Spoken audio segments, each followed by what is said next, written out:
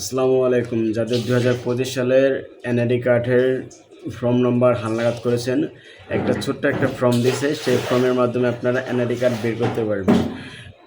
ইনশাল্লাহ বের করতে পারবেন। আর যদি এনআইডি কার্ডের নাম্বার দেওয়ার পরে একটা আপনার যে মোবাইল নাম্বারটা দিচ্ছিলেন, সেই মোবাইল নম্বরের মাধ্যমে একটা এসএমএস আসবে, সেই এসএমএস আসার পর আপনারা এনআইডি কার্ডটা বের করতে পারবেন। আর যদি আপনাদের এনআইডি মেসেজ অনেকের আসে না, যেহেতু আপনাদের এনআইডি কার্ডটা খুব প্রয়োজনীয় দরকার, অনলাইন কপিটা দরকার, সেজন্য আমার একটা ছোটো টিপস আছে, আমার সেই ভিডিওতে ছোটো টিপসটা দেখানো হবে। ইনশাল্লাহ আপনারা ধৈর্য ধরে আমার ভিডিওটা দেখে থাকেন। আর যারা ফেসবুক থেকে দেখছেন তারা আমার ফেসবুক পেজটাকে ফলো করবেন, লাইক করবেন, শেয়ার করবেন ভিডিওটা। আর যারা আমার ইউটিউব চ্যানেল থেকে দেখছেন তারা আমার ভিডিওটা শেয়ার করবেন, লাইক করবেন এবং চ্যানেলটাকে সাবস্ক্রাইব করবেন প্লিজ। তো চলুন মূল ভিডিওতে চলে যাওয়া যাক। তো আমরা মোবাইল স্ক্রিনে এসে পড়েছি। মোবাইল স্ক্রিনে আসার পরে আমরা যে কোনো একটা ব্রাউজার ওপেন করে নেব।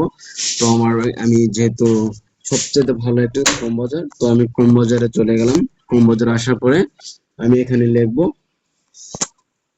NID card service, NID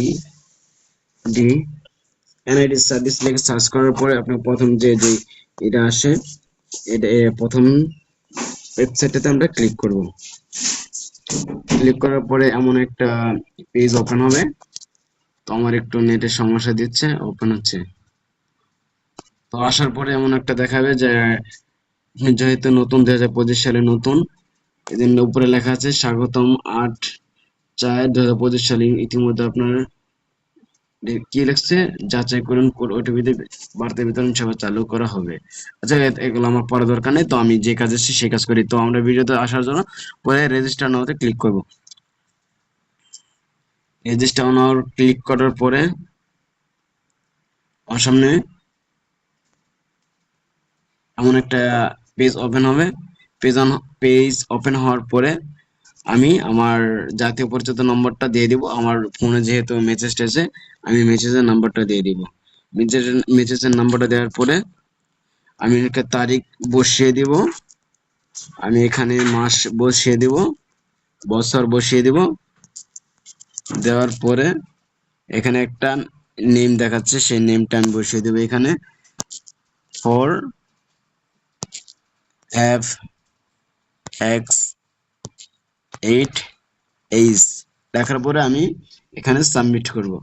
submit করার পরে এখানে লেখা আছে অ্যাকাউন্ট রেজিস্টার। ইতিমধ্যে আপনার অ্যাকাউন্ট ইতিমধ্যে রেজিস্টার করা হয়েছে এবং পাসওয়ার্ড নির্ধারিত সংরক্ষিত আছে। অ্যাকাউন্টটি আবারও পুনরায় রেজিস্ট্রেশন করতে বহুল ক্লিক করুন। ধন্যবাদ।